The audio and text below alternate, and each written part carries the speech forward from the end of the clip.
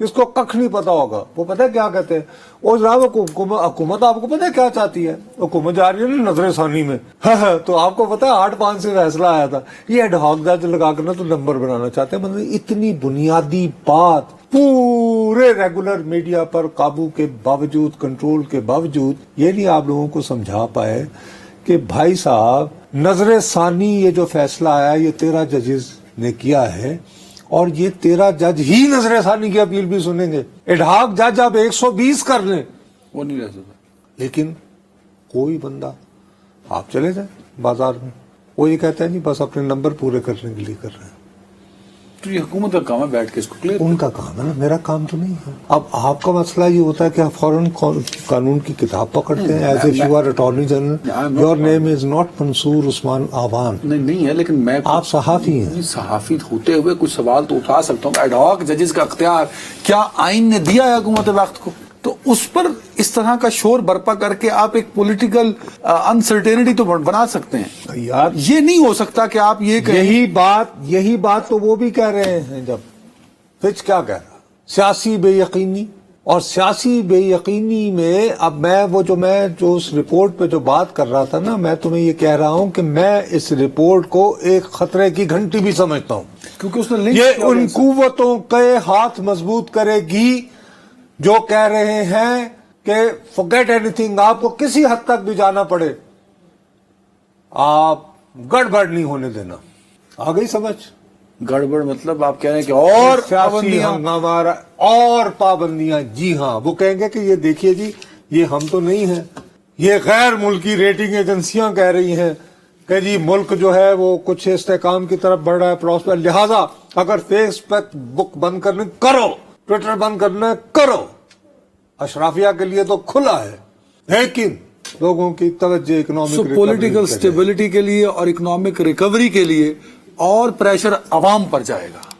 بھائی صاحب یہ جو آپ بیٹھ کے خطاب فرماتے ہیں نا، کوئی میں نے آپ سے پہلے کہا، اس میں اور جگہ محدود سے محدود تر ہوتی ہے. مطلب اینڈ پہ جو انگوٹھا ہے وہ ہمارے بالآخر آپ اور میں بیٹھ کے حلیم بنانے کے طریقے 8 بجے بتایا کریں گے آپ کو. کیا کوکنگ شو. صاحب الیکشن کمیشن کا اجلاس ہوا، وہ سنا میں تو اس چکر میں تھا کہ مجھے کچھ مل جاتا، لیکن وہ نتیجہ نکلے یا نہیں ابھی نہیں نکلا. لیکن مجھے دیکھو کچھ ایک دو ایسے مخصوص نشستوں کے حوالے جو فیصلہ مجھے پتا ہے کہ وہ اس حوالے سے ایک دو بندے جن کی بتائی بات پر میں اعتبار کر لیتا ہوں تو عموماً ان کی بتائی بات درست ہوتی ہے. وہ یہ کہتے ہیں کہ بنیادی طور پر الیکشن کمیشن جو ہے وہ کوئی اس طرح کی استدعا کرنا چاہ رہا ہے، پتہ نہیں فارملی انفارملی، کیونکہ اوریجنل فیصلے میں غالباً جج صاحبان نے یہ بھی لکھا تھا کہ اگر کوئی مسئلہ ہے تو ہمارے ساتھ آ کے چیمبر میں. لیکن ابھی یہ شارٹ آرڈر ٹائپ ہے، ابھی ڈیٹیل ججمنٹ. میری التجا تو سن لینا. تو وہ یہ کہہ رہے ہیں کہ ہم باقاعدہ فارملی آئی ڈونٹ نو یا انفارملی ہم یہ استدعا کریں کہ صاحب ہمارے بڑے سنجیدہ تحفظات ہیں اور ہمیں کچھ عملی مشکلات کا سامنا ہے اگر ہم آئین جیسے ہم پڑھتے ہیں.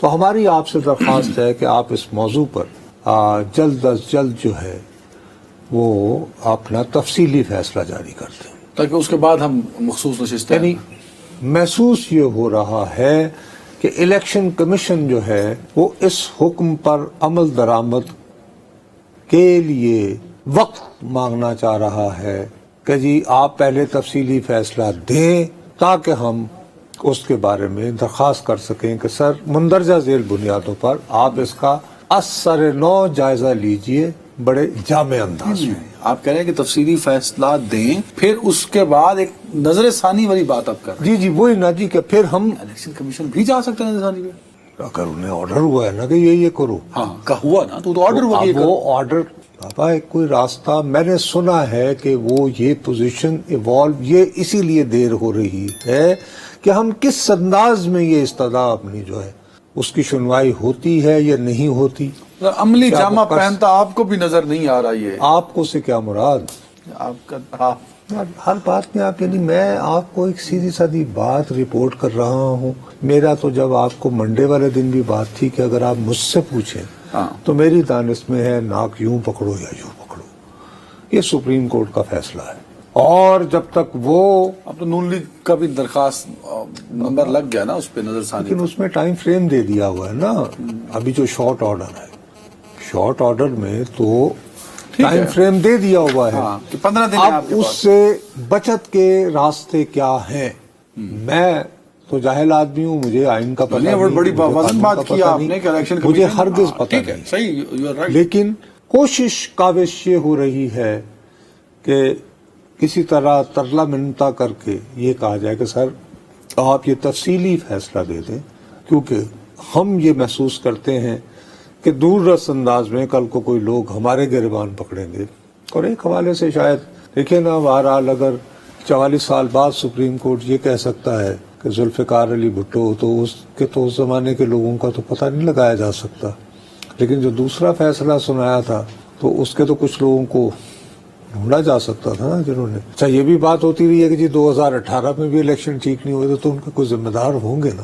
تو ہو سکتا ہے کوئی اور پھر سپریم کورٹ آئے تو مطلب حکومت بھی یہ چاہتی ہے، حکومت اور الیکشن کمیشن ایک پیج پہ ہے. حکومت اور الیکشن کمیشن اس حوالے سے یار انیا پریس کانفرنسز ہے نا، یہ دیکھیں 1 2 3 4 ڈیلی ایک پریس کانفرنس کسی فیصلے کو لے کے ہوتی ہے. میں نے آپ کو یہ بتایا ہے کہ جو میں نے سنا ہے.